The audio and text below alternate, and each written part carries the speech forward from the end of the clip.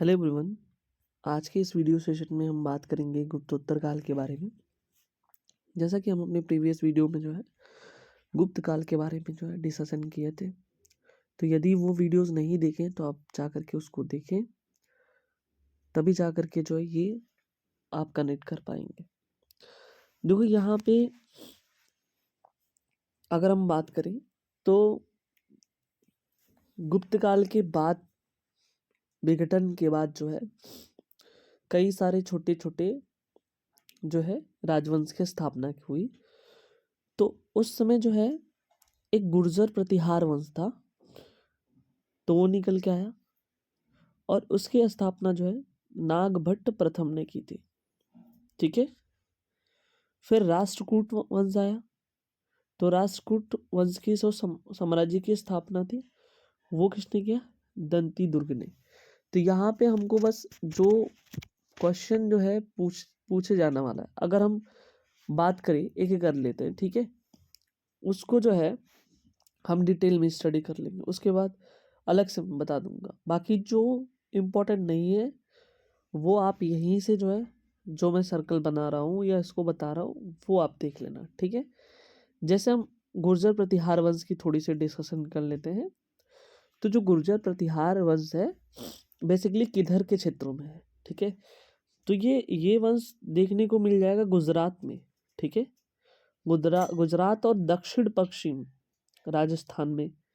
ठीक है, दक्षिण पश्चिम राजस्थान वाले एरिया में जो है ये मिल जाएगा। तो यहाँ पे जो है गुर्जर प्रतिहार वंश की स्थापना हुई है। ठीक है, अब देखो जो गुर्जर थे इनका अभिलेख कहाँ मिलता है? ठीक है, तो कहते कि ये जो है प्रतिहारों के अभिलेख में से इनको मिला था कि श्री राम के छोटे भाई लक्ष्मण, ठीक है, को ये लोग मानते हैं और ये कहते हैं अपने आप को कि हम जो है लक्ष्मण के वंशज हैं। ये कह लो कि जो गुर्जर है, ठीक है, गुर्जर प्रतिहार वंश जो है अपने आप को जो है लक्ष्मण के वंशज मानते हैं। ठीक है, ये चीज याद रखना।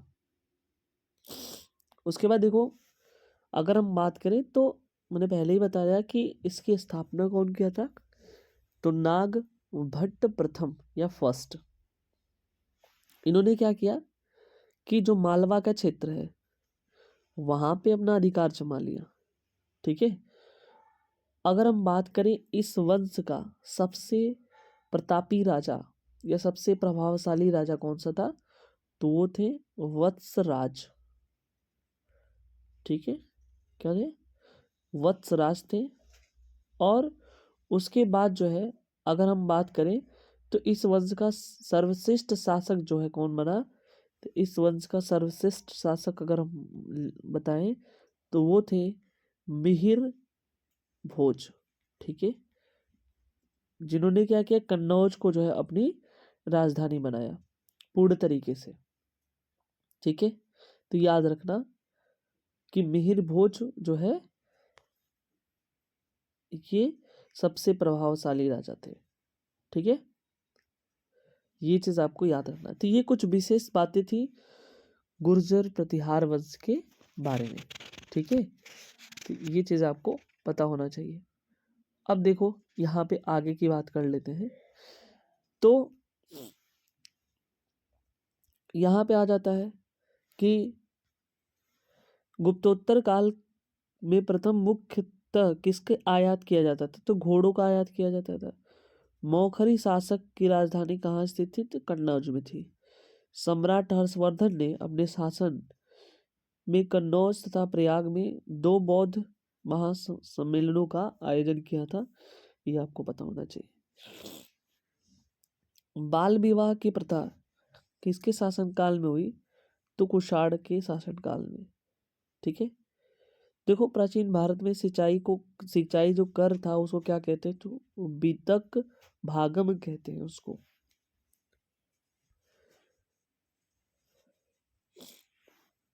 अब यहाँ पे आ जाओ तो हर्ष के प्रशासन में अवंती युद्ध और शांति का अधिकारी था। इसके अतिरिक्त कुछ अन्य अधिकारी निम्नलिखित है।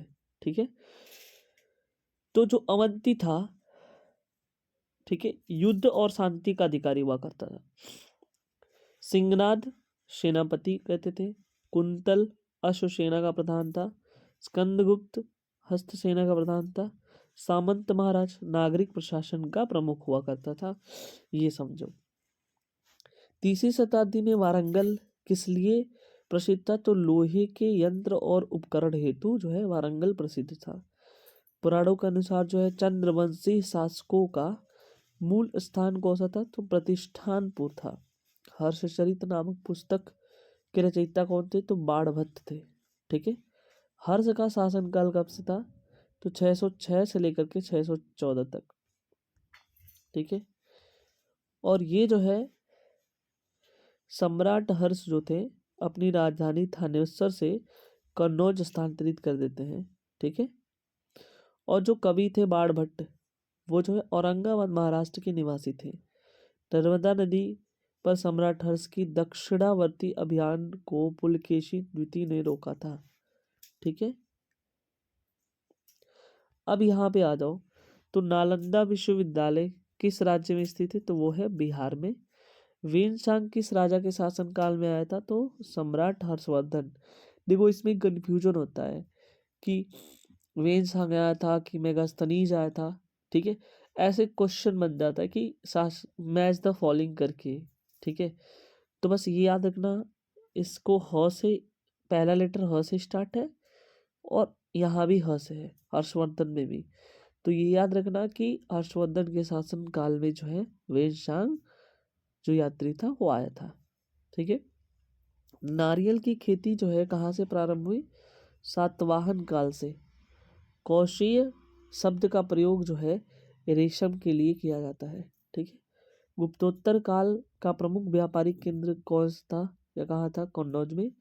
वेनसांग भारत की यात्रा के समय सूती वस्त्रों के उत्पादन के लिए प्रसिद्ध नगर उन्होंने बताया मथुरा। ठीक है। उसके बाद देखते हैं गुप्तोत्तर काल में भूमि का स्वामित्व किसके हाथ में था? तो ग्राम सभा के हाथ में था। सबसे प्राचीन विश्वविद्यालय नालंदा विश्वविद्यालय को माना जाता है। वीनमाल की यात्रा किस चीनी यात्री ने की थी? वेनसांग ने। चीनी यात्री इत्सिंग बिहार का भ्रमण जो है 672 ईस्वी में किया था। हर्ष को 3 नाटक प्रियदर्शिका, रत्नावली और नागानंद के रचयिता के रूप में जाना जाता है। नालंदा विश्वविद्यालय को नष्ट कर दिया बख्तियार खिलजी ने। ठीक है। तो किस काल में जजमानी व्यवस्था, इतना ज़्यादा इंपॉर्टेंट है, यूपी का फेवरेट क्वेश्चन है यहाँ पे, ये समझ लेना। क्योंकि प्रीवियस ईयर का पेपर उठाओ, घटना चक्र उठाओ, उसमें मिल जाएगा कि जजमानी व्यवस्था मोस्ट इंपॉर्टेंट है। बस इतना समझ लो कि कहलाने वाली एक नए प्रकार की सामाजिक संरचना को भारत में प्रसार हुआ। ये उत्तर गुप्त काल में हुआ था। ठीक है। चीन में दूध भेजने वाले शासक कौन कौन से थे? चीन, तो ये आ जाओ, हर्षवर्धन पुष्यभूति वंश ने भेजा था। फिर आ जाओ नरसिंह द्वितीय पल्लव वंश, यशोवर्मन कन्नौज नरेश, कलोत्कु प्रथम चोल वंश। ठीक है। ये चीज याद रखना। अब यहाँ पे देख लो, मौर्यों द्वारा निर्मित सुदर्शन झील, ठीक है, काठियावाड़ में जीर्णोद्धार शक शासक जो थे रुद्रद्रामन प्रथम ने करवाया था। ठीक है। अब देखो सुदर्शन झील का ये जो क्रम है ना, ऐसे एक लोग का नहीं है। तो ये चंद्रगुप्त मौर्य ने निर्माण कराया। ठीक है। उस समय जो है राज्यपाल थे पुष्यमित्र वैश्य। ठीक है। फिर दूसरे नंबर पे आए अशोक, अशोक ने इसका जीर्णोद्धार कराया। फिर उसके बाद आते हैं रुद्रद्रामन, फिर उन्होंने जीर्णोद्धार कराया। फिर स्कंदगुप्त आते हैं, उन्होंने भी जीर्णोद्धार कराया। तो सुदर्शन झील जो है ऐसे क्रम में चलता आ रहा है। ठीक है। ये याद रखना। तो ये हमारा वीडियो समाप्त हुआ गुप्तोत्तर काल पे। तो इसको जो है ना रिवाइज कर लो, जितना वीडियोस है देख करके आप रिवाइज कर लो, मिल जाएंगे यहाँ से क्वेश्चन। और चैनल में नई व्यूज हो तो सब्सक्राइब जरूर कर लेना। ठीक है। Thank you so much.